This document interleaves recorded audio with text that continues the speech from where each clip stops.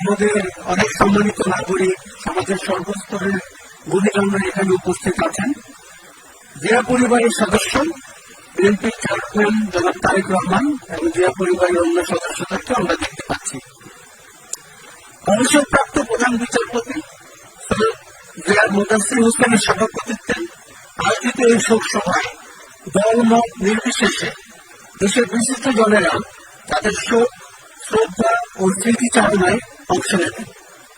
আর এটি হয়ে উঠবে জাতীয় ঐক্য ও মানবিক সংহতির এক দীপ্ত শপথ।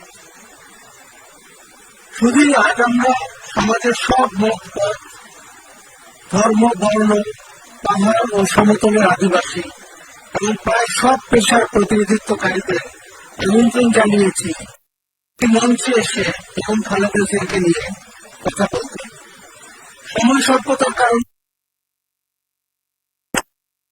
আশা করছি বক্তারা সংক্ষিপ্তভাবে 2-3 মিনিটের মধ্যে তাদের মূল্যবান বক্তব্য প্রদান করবে।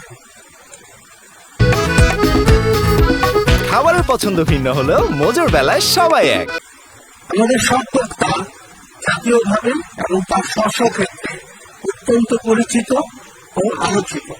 কাজে আমরা কারো ব্যাপারে ব্যবহার না করার সিদ্ধান্ত নিয়েছি।